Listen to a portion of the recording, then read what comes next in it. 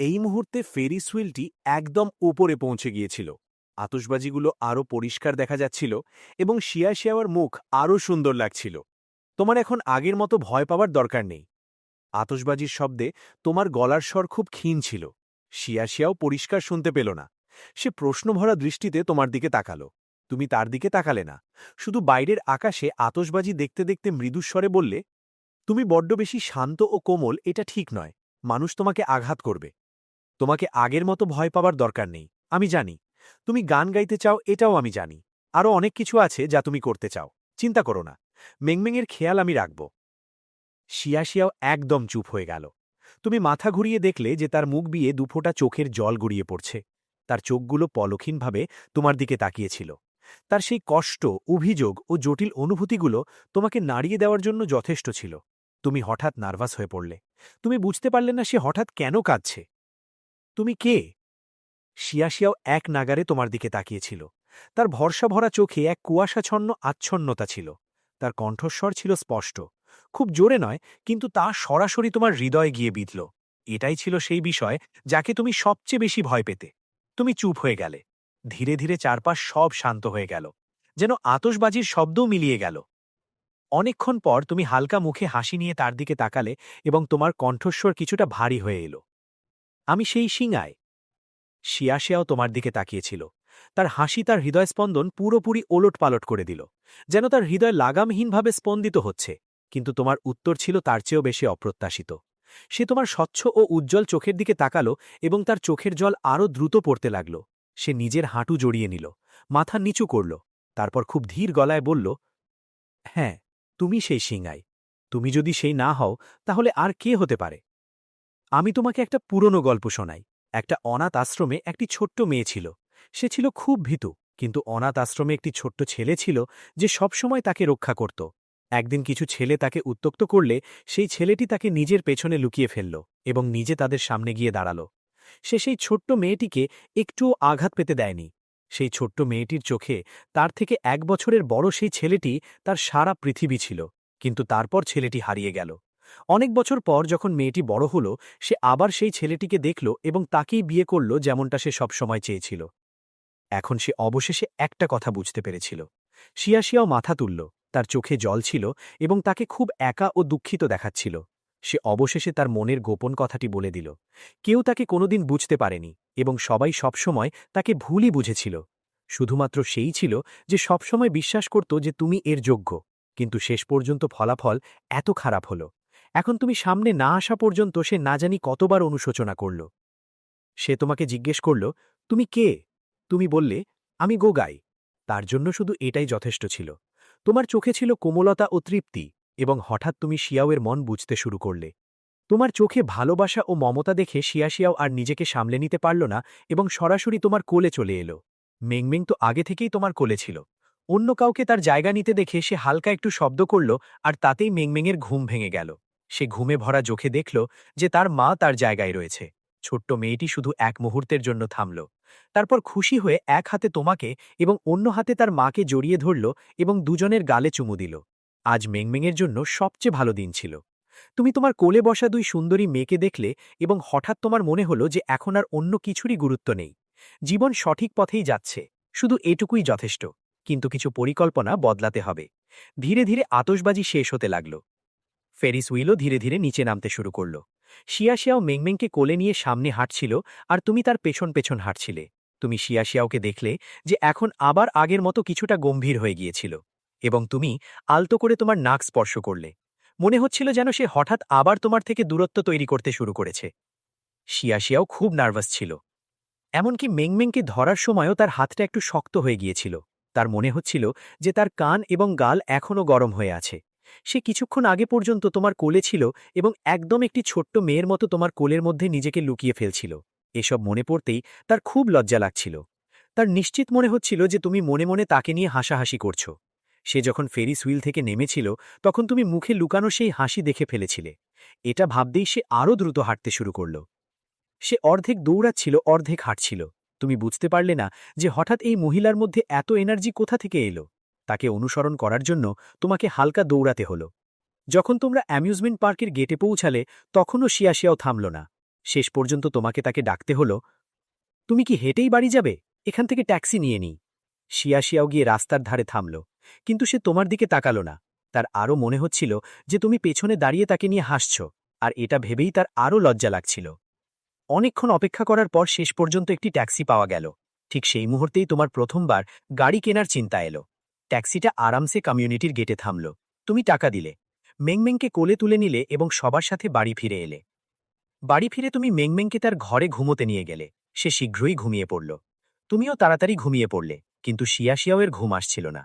সে বিছানায় শুয়েছিল, কিন্তু চোখ বন্ধ করলেই আজ অ্যামিউজমেন্ট পার্কে যা যা ঘটেছিল তাই তার মাথায় আসতে শুরু করল। শিয়াওর আগে কম্বল টেনে নিজের মুখ ঢেকে নিল। সে নিজেকে জোর করে ঘুমানোর চেষ্টা করছিল, কিন্তু তার অনবরত কাঁপতে থাকা চোখের পলক বলে দিচ্ছিল যে তার মনে এই মুহূর্তে কতটা অস্থিরতা কাজ করছে। সকাল ৬টায় তুমি সবসময়ের মতো ঠিক সময় উঠে পড়লে। দৌড়ালে, স্নান করলে, খাবার বানালে, মেংমেংকে জাগালে এবং নিজের সকালের সব রুটিন শেষ করলে। কিন্তু শিয়াও ঘর থেকে বাইরে এলো না। তুমি মেন বেডরুমের বন্ধ দরজা দেখলে এবং মাথা চুলকালে। হয়তো কাল রাতে সত্যি অনেক দেরি হয়ে গিয়েছিল। সে এখনও ঘুম থেকে ওঠেনি, আর তোমারও তাকে ডাকার কোনো ইচ্ছা ছিল না। তুমি শুধু তার জন্য নাস্তা রেখে দিলে। এরপর তুমি রান্নাঘর পরিষ্কার করলে, ব্যবহৃত বাসনপত্র ধুলে, এবং যখন তুমি রান্নাঘর থেকে বাইরে এলে ঠিক তখনই শিয়াও ঘর থেকে বেরিয়ে এলো। তার মুখে হালকা লাল আভা ছিল। সে সোজা বাথরুমে গিয়ে তৈরি হতে লাগল। তুমি কি এখনও গান গাইতে চাও? তোমার কথা শুনে শিয়াও এক মুহূর্তের জন্য থেমে গেল। অনেকক্ষণ পর্যন্ত সে কোনো উত্তর দিল না। তুমি বাথরুমের দরজার কাছে দাঁড়িয়েছিলে, হাতে মোবাইল ছিল এবং নিঃশব্দে তার উত্তরের অপেক্ষায় ছিলে। কিছুক্ষণ পর তার খুব ক্ষীণ কণ্ঠস্বর তোমার কানে এলো। হ্যাঁ, শুধু একটি শব্দ, তার বেশি কিছু নয়। শিয়াওয়ের মনে বর্তমান জীবনটা এমনই ছিল যা সে গত ২ বছরে কখনো কল্পনা করেনি। আর গান গাওয়া, সেটা তো ছিল অনেক দূরের স্বপ্ন। সে শুধু সেটাকে নিজের মনের ভেতরে চেপে রাখতে পারত। তুমি শুধু একবার সেটা স্ক্রল করলে, এরপর আর কখনো দেখনি। এখন তুমি আবার সেটা খুললে এবং নিঃশব্দে স্ক্রিনে প্রতিটি জিনিস দেখতে লাগলে। খুব ধৈর্যের সাথে প্রতিটি মেসেজ ফিল্টার করতে করতে অবশেষে তোমার চোখ উজ্জ্বল হয়ে উঠল। তারপর তুমি একটি প্রাইভেট মেসেজ খুললে এবং সেটি পড়তে শুরু করলে। তোমার আঙুলগুলো অজান্তেই স্ক্রিনে ট্যাপ করতে লাগলো, যেন তুমি কিছু ভাবছ। আসলে ভিডিও পোস্ট করার তোমার মূল উদ্দেশ্য ছিল কেবল টাকা উপার্জন করা। আর যখন প্রচুর টাকা হয়ে যেত, তখন তুমি মেংমেং এবং শিয়াওয়ের ভবিষ্যৎ গুছিয়ে দিয়ে নিঃশব্দে চলে যেতে। কিন্তু কাল যা যা ঘটল, তারপর তুমি তোমার সিদ্ধান্ত বদলে ফেললে। সেই প্রাইভেট মেসেজে খুব সহজভাবে লেখা ছিল, মিস্টার সিংআই, না এন্টারটেইনমেন্ট আপনাকে আমাদের টিমে যোগ দেওয়ার আমন্ত্রণ জানাচ্ছে। এটি এই বিশ্বের বড় ৩টি এন্টারটেইনমেন্ট কোম্পানির মধ্যে একটি।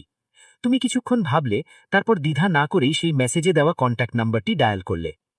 কয়েকবার রিং হওয়ার পর ফোনটি কানেক্ট হলো। ওপাশ থেকে একটি স্বস্তিদায়ক কণ্ঠস্বর শোনা গেল। হ্যালো, কে বলছেন? তুমি বললে, হ্যালো, আমার অ্যাকাউন্টের নাম সিংআই। আমি আপনাদের কোম্পানির কাছ থেকে আমন্ত্রণ পেয়েছিলাম। এখন কি কথা বলা সুবিধাজনক? এই মুহূর্তে আমি অনেক দূরে আছি। কিন্তু হেডকোয়ার্টারে ইয়ং চ্যানলিন একটি ফোন কল পায়, যা দেখে তার মুখে সামান্য অভিব্যক্তি ফুটে ওঠে। সে আশাই করেনি যে এই নামটি, অর্থাৎ সেই নতুন আমন্ত্রিত ক্রিয়েটর, সত্যিই তাকে ফোন করবে, কারণ তাকে প্রাইভেট মেসেজে আমন্ত্রণ পাঠানোর পর বেশ কয়েকদিন কেটে গেছে, যাতে ইয়াং চ্যানলিনের মনে হতে শুরু করেছিল যে সামনের ব্যক্তিটি এন্টারটেনমেন্ট ইন্ডাস্ট্রিতে আসতে আগ্রহী নয়। হ্যালো, আপনি কি এখনো লাইনে আছেন? ফোনের ওপাশ থেকে এক চমৎকার কণ্ঠস্বরের ছেলের আওয়াজ আসে, যা শুনে ইয়াং চ্যানলিন তৎক্ষণাৎ প্রতিক্রিয়া জানায় এবং তার মুখে খুশির ঝিলিক দেখা দেয়, কারণ ইদানিং ইন্টারনেটে এই রহস্যময় ব্যক্তিটি সবচেয়ে হট টপিক হয়ে দাঁড়িয়েছে। মিস্টার নিউ ইনভিটেশন, আমি ইয়াং চ্যানলিন, ইয়ানহাই এন্টারটেনমেন্টের হিউম্যান রিসোর্স এবং অ্যাডমিনিস্ট্রেশনের ডেপুটি মিনিস্টার। আপনি কি আমাদের ইয়ানহাই এন্টারটেনমেন্টে যোগ দিতে চান?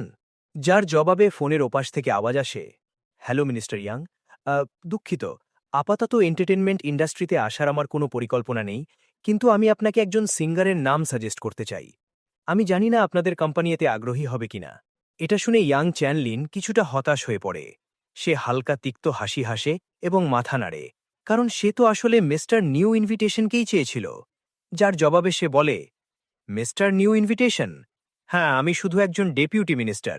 যদি আপনি নিজে আসতে চান, তবে আপনার জনপ্রিয়তা দেখে আমি নিজেই সিদ্ধান্ত নিতে পারি। কিন্তু কথা যদি অন্য কারো হয়, তবে সম্ভবত সরাসরি রাজি হওয়ার অধিকার আমার নেই। মনে কিছুটা অনিচ্ছা থাকা সত্ত্বেও ইয়াং চ্যানলিন তোমাকে গুরুত্বের সাথে বুঝিয়ে বলে, যার উপর ভিত্তি করে তুমি বলো, আমি আপনাকে কথা দিচ্ছি যে সে একজন অত্যন্ত পাওয়ারফুল সিঙ্গার এবং আমি তার জন্য গানও লিখব।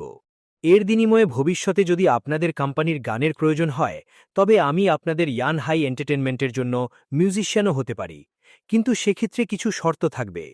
কাউকে দিয়ে গান লেখানোর জন্য আমার কাছে পাঠাবেন না। যা আমার ঠিক মনে হবে না আমি তা লিখব না। আপনি যদি রাজি হন তবে আমরা বিস্তারিত পরে আলোচনা করতে পারি। আপনার কি মনে হয়? ফোনের ওপাশে ইয়াং চ্যানলিন এবার আর হালকাভাবে কথা না বলে ধীরে ধীরে চুপ হয়ে যায়। তার মাথায় দ্রুত হিসাব নিকাশ চলতে থাকে। সে এই ডিলের গুরুত্ব বুঝতে পারে এবং কিছুক্ষণ পর ইয়াং চ্যানলিন মনে মনে মেনে নেয় যে সে এই প্রস্তাবে বেশ প্রলুব্ধ হয়েছে। কিন্তু কোম্পানি তার নিজের নয়, তাই তাকে ওপরের মহলে কথা বলতে হতো। তারপর সে বলে, মিস্টার নিউ ইনভিটেশন, এটা এমন কোনো বিষয় নয় যা আমি একা সিদ্ধান্ত নিতে পারি। আমি কোম্পানিতে এই বিষয়ে আলোচনা করি এবং তারপর আপনাকে জানাচ্ছি। কাজ হোক বা না হোক, আমি আপনাকে যত দ্রুত সম্ভব উত্তর দিচ্ছি। ঠিক আছে, তাহলে আমি আপনার উত্তরের অপেক্ষায় থাকব। এরপর ফোন কেটে যায়, যার পর ইয়াং চ্যানলিন দেরি না করে তার ফোন নিয়ে উত্তেজনার সাথে দ্রুত বাইরে বেরিয়ে যায়। অন্যদিকে তুমি তোমার ফোন নিচে রাখো এবং কিছুক্ষণ চিন্তা করো। তারপর তুমি ঠিক করো যে এখন অপর পক্ষের উত্তরের জন্য অপেক্ষা করাই সঠিক হবে। সব মিলিয়ে ইয়ান হাই এন্টারটেনমেন্ট চীনের ৩টি বৃহত্তম কোম্পানির মধ্যে একটি। যদি এখানে কথা না জমে তবে তুমি অন্য কোনো উপায় খুঁজে নেবে। একে একটি নতুন প্রচেষ্টার মতো ধরা যেতে পারে। এরপর তুমি স্বস্তির নিঃশ্বাস ফেলো, দরজা খোলো এবং পাশের ঘর থেকে বাইরে এলে। তখন মেংমেং তখনও চুপচাপ খেলনা নিয়ে খেলছে এবং নিজের মনে কিছু একটা বিড়বিড় করছে। অন্যদিকে শিয়াশিয়াও স্নান করে চলে এসেছে এবং ডাইনিং টেবিলে বসে খাবার খাচ্ছে। দরজা খোলার শব্দ শোনা মাত্রই সে মাথা উঁচু করে তোমার দিকে তাকালো এবং পরক্ষণেই এমন ভান করল যেন কিছুই হয়নি, আর মাথা নিচু করে আবার খেতে শুরু করল। কিন্তু তার মুখের অভিব্যক্তি তোমার নজর এড়াল না। সাথে তার চোখের নিচের সেই পান্ডা আইস দেখে তুমি তৎক্ষণাৎ বুঝে গেলে যে কাল সে সারা রাত কি ভাবছিল। তার সত্যিই অনিদ্রা হয়েছিল, যা দেখে তুমি আরও বেশি বাকরুদ্ধ হয়ে গেলে। তুমি বুঝতে পারছ না যে সে আসলে কিসের লজ্জা পাচ্ছে। কিন্তু তুমি তাকে এন্টারটেনমেন্ট কোম্পানির কথাটি বললে না, কারণ এই মুহূর্তে তাকে তা জানিয়ে কোনো লাভ নেই। কিন্তু তখনই হঠাৎ দরজায় কড়া নাড়ার শব্দ হল। তুমি সন্দিহান হয়ে শিয়াশিয়াওয়ের দিকে তাকালে, কিন্তু সেও সমান বিভ্রান্ত মুখে তোমার দিকে তাকিয়েছিল, যা দেখে তুমি আরও অবাক হয়ে গেলে। কারণ তুমি আর শিয়াশিয়াও দুজনেই অনাথ। তোমাদের বাড়িতে তো 1000 বছরেও কেউ আসে না। এই অবস্থায় তুমি ভাবতে শুরু করলে যে আসলে দরজায় কে হতে পারে। কিন্তু বাইরের লোকটা অনবরত দরজায় ধাক্কা দিতে থাকে এবং গলার আওয়াজও আরও জোরে হতে থাকে। পরিষ্কার বোঝা যাচ্ছিল যে বাইরের লোকটি অনেকক্ষণ ধরে কোনো সাড়া পাচ্ছে না, যার ফলে সে আরও জোরে কড়া নাড়তে শুরু করে। তুমি ভ্রু কুঁচকে নাও, কারণ এই লোকটিকে খুব অভদ্র মনে হচ্ছিল। কেউ উত্তর না দেওয়া মানে কি এই যে এত জোরে দরজায় আঘাত করতে হবে? এতে তোমার মুখ কিছুটা গম্ভীর হয়ে যায়। তুমি ওঠো এবং দরজার দিকে এগোতে থাকো। কিন্তু তখনই বাইরের লোকটি হঠাৎ জোরে চিৎকার করে ওঠে, শিয়াবু, তাড়াতাড়ি দরজা খোলো। আমি জানি তুমি বাড়িতেই আছো। কি হলো, আজ আমাদের ড্রিঙ্ক করার জন্য মেসেজ পাঠাবে না? এই দুটি পরিচিত এবং তীক্ষ্ণ কণ্ঠস্বর শোনামাত্রই তোমার মুখ পুরোপুরি কালো হয়ে যায়। অন্যদিকে শিয়াশিয়াওয়ের মুখও আরও ফ্যাকাশে হয়ে পড়ে। সে ভ্রু কুচকে দরজার দিকে তাকিয়ে থাকে। এদিকে মেংমেং তার ছোট খেলনা ছেড়ে দ্রুত শিয়াশিয়াওয়ের কোলে ছুটে যায়, কারণ বাইরের সেই বিকট শব্দ তাকে ভয় পাইয়ে দিয়েছিল। এটা দেখে তোমার মুখ আরও অন্ধকার হয়ে যায়। এতদিন ধরে তুমি অনেক কষ্টে মেংমেংকে সামলেছিলে, তাকে আদর করে ভুলিয়ে রাখছিলে, আর এখন এই দুজন এসে তাকে আবার ভয় পাইয়ে দিল। তোমার মনে একটাই কথা আসে, এদের কোনোভাবেই ক্ষমা করা যায় না। এরপর তুমি দরজা খোলো এবং সামনে তাকাতেই দেখতে পাও তোমার পুরনো বয় ব্যান্ডের 2 সদস্য দাঁড়িয়ে আছে, গাওচেং আর সুবিন। তাদের দুজনের মুখে একটা মেকি হাসি ছিল। তারা তোমার কাঁধের ওপর দিয়ে উকি মেরে ঘরের ভেতরটা দেখার চেষ্টা করছিল, কিন্তু তুমি তাদের আটকে দাও। শিয়াবু, তুমি এত দেরিতে দরজা খুললে কেন? তুমি আমাদের স্বাগত জানাচ্ছ না? তাদের দেখেই তোমার ইচ্ছে করছিল সরাসরি তাদের মুখে একটা ঘুষি মারতে, কারণ যখন থেকে তোমরা একসাথে ছিলে তখন থেকেই এই দুজন সব সময় তোমাকে এভাবেই ডাকত। এসব এই কারণে হতো কারণ আগের বয় গ্রুপে অরিজিনালের ফেস ভ্যালু সবচেয়ে বেশি ছিল এবং শেষ পর্যন্ত সেই ছিল আসল, যার কারণেই এই বয় গ্রুপটি আত্মপ্রকাশ করতে পেরেছিল। কিন্তু যেমনই তাদের নাম কমতে শুরু করল, অমনি তাদের আসল চেহারাও বদলে যেতে শুরু করল। এরপর তারা বারবার শিয়াবু বলে তার মজা ওড়াত। এমন কিছু মানুষ যাদের সম্পর্কে অরিজিনাল আগে ভাবত যে তাদের সাথে সুসম্পর্ক রাখা উচিত, এখন তাদেরই সবচেয়ে হাস্যকর মনে হচ্ছে। কিন্তু তুমি আগের সেই বোকা শিয়াবু নাও। স্বাভাবিকভাবেই তুমি তাদের প্রতি কোনো সদয় ভাব দেখালে না। তুমি সরাসরি তাদের দিকে তাকিয়ে বললে, তোমাদের দুজনের এখানে কোনো ঠাঁও নেই। যেখান থেকে এসেছো সেখানেই ফিরে যাও। এটা শুনে ডান পাশে দাঁড়িয়ে থাকা গাওচেং তার মেকি হাসি নিয়ে এক পা এগিয়ে আসে। শিয়াবু, আজ কি তোমার মুড খারাপ? তুমি তো সবসময় আমাদের দেখার জন্য ব্যাকুল থাকতে। এখন আমরা চলে এসেছি তো এই অ্যাটিটিউড দেখাচ্ছ কেন? আমি জানি তুমি ড্রিঙ্ক করো না। চলো, ব্রাদার গাও তোমার সাথে 2 গ্লাস খেয়ে নেবে। যদি আগের সেই শিয়াবু হতো তবে হয়তো খুশি মনে এদের ভেতরে ডেকে নিত এবং তাদের সাথে পান করত। কিন্তু তুমি তো সেই ব্যক্তি নও, তাই তুমি সরাসরি দরজা বন্ধ করতে উদ্যত হলে এবং গাও চেঙ্গের এগিয়ে আসা হাতটা সরিয়ে দিলে।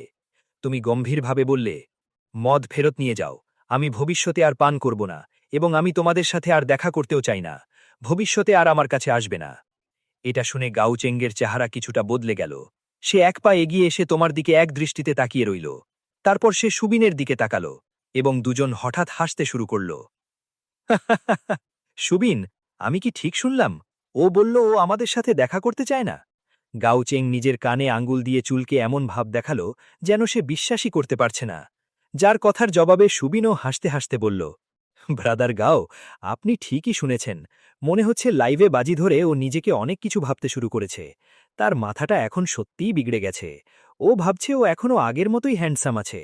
কথাগুলো শুনে গাওচেঙ্গের মুখ হঠাৎ কঠোর হয়ে যায়। সে তোমাকে ওপর থেকে নিচ পর্যন্ত দেখল এবং তারপর বলল, তুমি নিজের অবস্থা দেখো। তুমি কি ভুলে গেছো যে আগে তুমি কিভাবে আমাদের পেছনে পেছনে ঘুরতে এবং আমাদের বারবার অনুরোধ করতে? তুমি সামনে দাঁড়িয়ে থাকা এই 2 ভাড়ের মতো মানুষগুলোকে দেখলে এবং কিছুক্ষণের জন্য নির্বাক হয়ে গেলে। এই দুজনেই স্টেজে কস্টিউম পরে মুখ বদলানো, ফেক সিঙ্গিং করা আর হারমোনি দেখানো খুব ভালোভাবেই শিখে নিয়েছিল, যার ফলে তুমি অবচেতনভাবেই পেছনের বন্ধ দরজার দিকে তাকাও। কারণ ম্যাং ম্যাং আর শিয়া শিয়াও এখনও ঘরের ভেতরেই ছিল। আর যদি এখানে ঝগড়া হয় তবে মা মেয়ে দুজনেই আবার ভয় পেয়ে যাবে। তাই তুমি হাত তুলে গাও চেংয়ের কাঁধে রাখো এবং তাদের বাইরে যাওয়ার ইশারা করে বলো, যদি কিছু বলার থাকে তবে বাইরে চলো। এইটুকু বলার পর তুমি তাদের প্রতিক্রিয়া দেওয়ার কোনো সুযোগই দাও না। তুমি এক হাতে গাও চেংকে আর অন্য হাতে সুবিনকে ধরে সরাসরি বাইরে নিয়ে যেতে শুরু করো।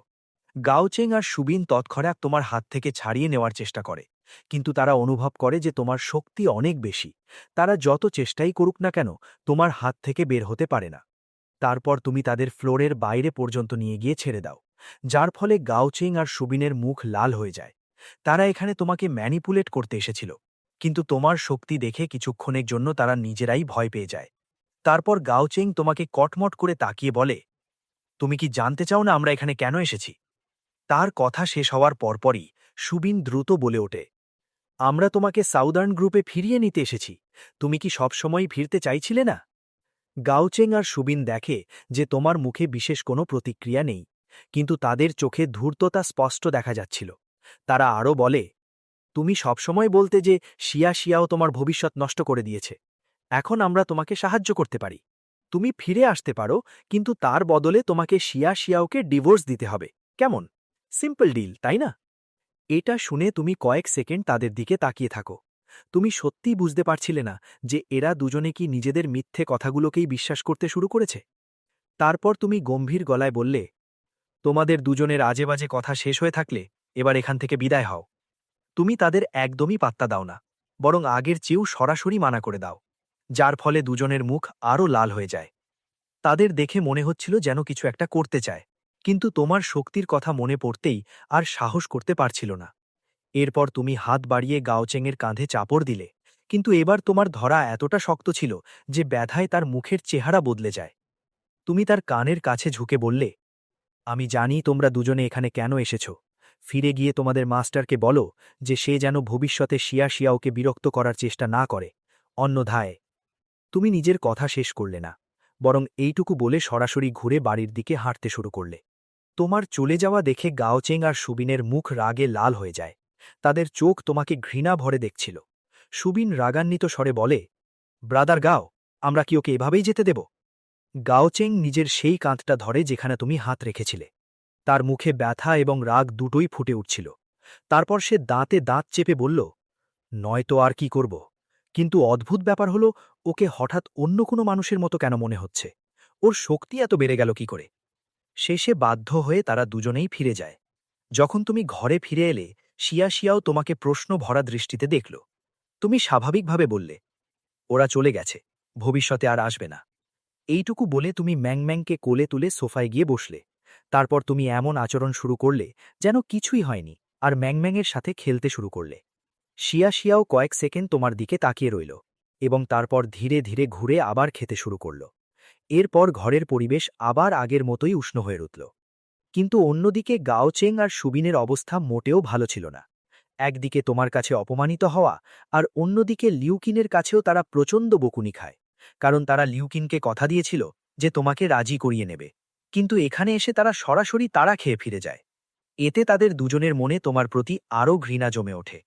এরপর সন্ধ্যায় তোমার ফোনে একটি কল আসে। মিস্টার হারুকাশিন, আমরা আলোচনা করেছি যে আপনি কোম্পানিতে কাউকে রেকমেন্ড করতে পারেন, কিন্তু ওপর মহলের বক্তব্য হলো যে আপাতত আপনার কাছে মাত্র 2টি গান আছে, এবং তার মধ্যে একটি হলো ডাইং চিলড্রেন গান। ভুল বুঝবেন না, 2টি গানই খুব ভালো, কিন্তু আমি এখনও আপনার কম্পোজিং করার ক্ষমতা দেখতে চাই। আসলে কম্পোজিং ছাড়া এটা জানা সহজ নয়। যার ওপর ভিত্তি করে তুমি তখনই বুঝতে পারলে যে মাত্র 2টি গানের কারণে সামনের ব্যক্তিটি এখনও তোমার ক্ষমতার ওপর পুরোপুরি ভরসা করতে পারছে না। কম্পোজিং? হ্যাঁ, করতে পারি। তোমার উত্তর ছিল সহজ এবং স্পষ্ট। এতে ইয়াম চ্যানলিনের মনে যে টেনশন চলছিল সেটা কিছুটা কমে যায়। আজ সারা দিন সে তোমার হয়ে ওপর মহলে কথা বলে যাচ্ছিল। সে তোমার প্রতিভার ওপর ভরসা করে, কিন্তু ওপরওয়ালাদের মনে এখনও সন্দেহ আছে। তবুও শেষ পর্যন্ত কোম্পানি তোমাকে একটি সুযোগ দিতে রাজি হয়ে যায়। যার ওপর ইয়াং চ্যানলিন বলে, আসলে হুইং সম্প্রতি বেশ কিছু এন্টারটেনমেন্ট কোম্পানিকে একটি কঠিন সমস্যা দিয়েছে। তারা অনেক লিরিক্স এবং গানের আমন্ত্রণ জানিয়েছে, কিন্তু এখনও পর্যন্ত কারোরই কাজই তাদের পছন্দ হয়নি। শেষ পর্যন্ত সবাইকে বাদ দেওয়া হয়েছে। এমতাবস্থায় আপনি যদি এই সমস্যার সমাধান করতে পারেন, তাহলে কোম্পানির আর কখনো আপনার ওপর সন্দেহ থাকবে না। মিস্টার শিয়াও, আমরা কি একসাথে বসে এই বিষয়ে বিস্তারিত কথা বলতে পারি? আপনাকে এখানে আসতে হবে যাতে আপনি লাইভ লিরিক্স এবং কম্পোজিশন করে দেখাতে পারেন। ইয়াং চ্যানলিন খুব আন্তরিকতার সাথে এই কথাটি বলে, কারণ সেও এই রহস্যময় মানুষটির সাথে দেখা করতে চাইছিল। তুমি কিছুক্ষণ চিন্তা করো, বাড়িতে বাচ্চার খেয়াল রাখা ছাড়া আর কোনো জরুরি কাজ নেই, যার ফলে তুমি দ্রুত রাজি হয়ে যাও। ঠিক আছে, কবে এবং কোথায়? মোডু, যদি সম্ভব হয় তাহলে ভালো হবে যদি আপনি কালকেই চলে আসেন, কারণ যত তাড়াতাড়ি হবে ততই এটি আপনার ভ্যালু প্রকাশ করবে। ঠিক আছে, তাহলে কাল দুপুরে। এরপর কল কেটে যায় এবং তুমি পরের দিন সকাল 10টার টিকিট বুক করে নাও। কিছুক্ষণ পর তুমি ঘুমিয়ে পড়ো। তারপর ম্যাংম্যাং যখন ফিরে আসে, সে তোমাকে ঘুমন্ত অবস্থায় দেখে। তখন ম্যাংম্যাং ধীরে ধীরে সোফার কাছে আসে এবং চুপচাপ তোমার কোলে ঢুকে পড়ে। তোমার স্বপ্নে এমন মনে হতে থাকে যেন কোনো ছোট বিড়ালের ছানা তোমার মুখের সাথে খেলছে। কিন্তু কিছুক্ষণ পর তোমার শ্বাস নিতে কষ্ট হওয়া শুরু করে। তখন তুমি কিছুটা বিভ্রান্ত হয়ে চোখ খোলো, আর তারপর তোমার কানে ম্যাংম্যাংয়ের খিলখিল হাসির শব্দ ভেসে আসে। তুমি নিচে তাকালেই দেখতে পাও তোমার আদরের মেয়ে তার ছোট ছোট হাত দিয়ে তোমার নাক টিপে ধরে আছে। পাপা, খাবার খেয়ে নাও। এটা শুনে তুমি মনে মনে হেসে দাও। তোমার হঠাৎ মনে হয় যে এমন জীবনও বেশ ভালো। ঠিক সেই সময় ডাইনিংয়ের দিক থেকে খাবারের সুগন্ধ আসতে শুরু করে, যার ফলে তোমার আরও বেশি খিদে পেয়ে যায়। এরপর শিয়াও রান্নাঘর থেকে বাইরে আসে। তার হাতে 2 বাটি ভাত ছিল। সে তোমার দিকে তাকায় এবং বলে, তুমি ততক্ষণে ওঠোনি দেখে আমি খাবার বানিয়ে নিয়েছি। যার ওপর তুমি ম্যাংম্যাংকে কোলে তুলে নাও এবং টেবিলের দিকে এগোতে থাকো। টেবিলে রাখা খাবার দেখে তোমার চোখ উজ্জ্বল হয়ে যায়। খাবারগুলো রং আর সুগন্ধে ভরপুর ছিল। তুমি তৎক্ষণাৎ বলো, ওয়াহ, আমার খুব খিদে পেয়েছে। তোমার প্রশংসা শুনে শিয়াও কিছুটা লজ্জিত হয়। সে আলতো করে মাথা নাড়ে এবং আবার রান্নাঘরে গিয়ে আরও 1 বাটি ভাত নিয়ে আসে। এরপর পুরো পরিবার একসাথে বসে খেতে শুরু করে। তুমি মুচমুচে মাংসের একটি ছোট টুকরো তুলে ম্যাংম্যাংয়ের বাটিতে দিয়ে দাও। এরপর তুমি শিয়াওয়ের দিকে তাকালে এবং স্বাভাবিকভাবে বললে, ভালো কথা, আমি কাল বাইরে যাচ্ছি, জানি না কতদিন পর ফিরব। শিয়াও তখন স্যুপ খাচ্ছিল, কিন্তু তোমার কথা শোনা মাত্র সে হঠাৎ বিষুম খেয়ে যায় এবং জোরে কাশতে শুরু করে। তখন তুমি দ্রুত তার কাছে যাও এবং তার পিঠ চাপড়ে দিতে শুরু করো। তোমার মুখে পরিষ্কার দুশ্চিন্তার ছাপ দেখা যাচ্ছিল। ওদিকে শিয়াও দ্রুত নিজের মুখ মুছে নিল, কারণ তোমার হঠাৎ বাইরে যাবার কথা শুনে সে সত্যি ঘাবড়ে গিয়েছিল। এরপর তুমি তার দিকে তাকালে এবং শান্তভাবে বললে, দুঃখিত, আমি তোমার মতামত না নিয়েই সিদ্ধান্ত নিয়ে ফেলেছি, কিন্তু ম্যাংম্যাং বলেছিল যে তুমি গান গাইতে পছন্দ করো। আমার মনে হয়েছে তোমার এটা ভালো লাগবে। আগে জানাইনি কারণ তখন পর্যন্ত কিছু ঠিক হয়নি, কিন্তু এখন অন্য একটি কোম্পানি আমাকে কথা বলার জন্য ডেকেছে। যদি এবার সবকিছু ঠিকঠাক হয়ে যায় তবে তুমি আবার সবার সামনে গান গাইতে পারবে। ইয়ানহাই এন্টারটেইনমেন্ট বেশ ভালো কোম্পানি।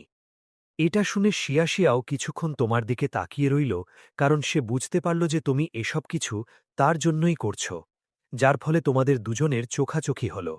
ধীরে ধীরে শিয়াওয়ের চোখ দুটো হালকা লাল হতে শুরু করল।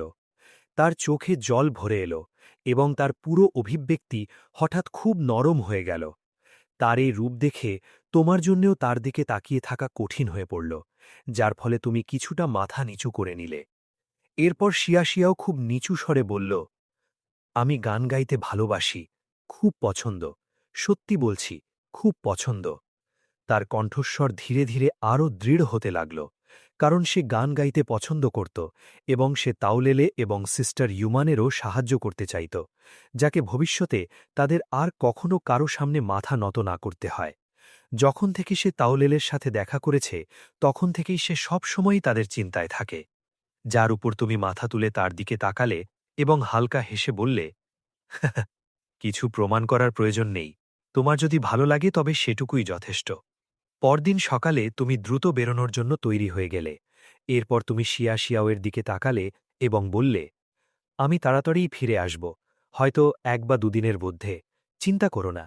এরপর তুমি ট্যাক্সি ডাকলে এবং এয়ারপোর্টের উদ্দেশ্যে রওনা হতে শুরু করলে। যাবার আগে তুমি ঘুরে শিয়াওয়ের দিকে তাকালে। তখন শিয়াও ধীরে ধীরে মাথা নাড়ল, কিন্তু তার চোখে স্পষ্ট এক ধরনের অনিচ্ছা বা ছেড়ে দেওয়ার বিষণ্ণতা দেখা যাচ্ছিল। আগে সে সবসময়ই তোমার থেকে দূরে পালাতে চাইত, কিন্তু সে নিজেও আশা করেনি যে মাত্র কয়েকদিনের ব্যবধানেই তোমার চলে যাওয়া তাকে এতটা কষ্ট দেবে। যদিও তুমি মাত্র ২ দিনের জন্যই যাচ্ছিলে, কিন্তু তার মনে হচ্ছিল যেন তুমি খুব দীর্ঘ সময়ের জন্য দূরে চলে যাচ্ছ। তুমি নিজেকে শান্ত রাখলে। এরপর তার দিকে তাকানো বন্ধ করে দিয়ে ঘুরে ট্যাক্সিতে বসে পড়লে। গাড়িটি ধীরে ধীরে দূরে চলে যেতে লাগল। রিয়ার ভিউ মিরারে দেখা যাওয়া সেই ২টি ছোট ছায়া ধীরে ধীরে আরও ছোট হতে লাগল। তুমি চোখ বন্ধ করে নিলে, কারণ তুমি নিজেও বুঝতে পারছিলে না যে তোমার কেমন অনুভব হচ্ছে। ৩ ঘণ্টা পর তুমি প্লেন থেকে নামলে। সেখানে নামা মাত্রই মডুর ভিড় এবং এর ব্যস্ততা তুমি অনুভব করতে শুরু করলে। জিয়াংচংয়ের তুলনায় এখানে অনেক বেশি মানুষ ছিল, যার ফলে ভিড়ের মাঝখান দিয়ে পথ চলাই কঠিন হয়ে পড়ছিল। তুমি অনেক কষ্টে মানুষের ভিড় ঠেলে পথ করে এগিয়ে চললে এবং অবশেষে ৫ নম্বর এক্সিট পর্যন্ত পৌঁছলে। সেখানে পৌঁছে তুমি স্বস্তির নিঃশ্বাস ফেললে এবং বাইরে দাঁড়িয়ে সামনের দিকে তাকাতে লাগলে।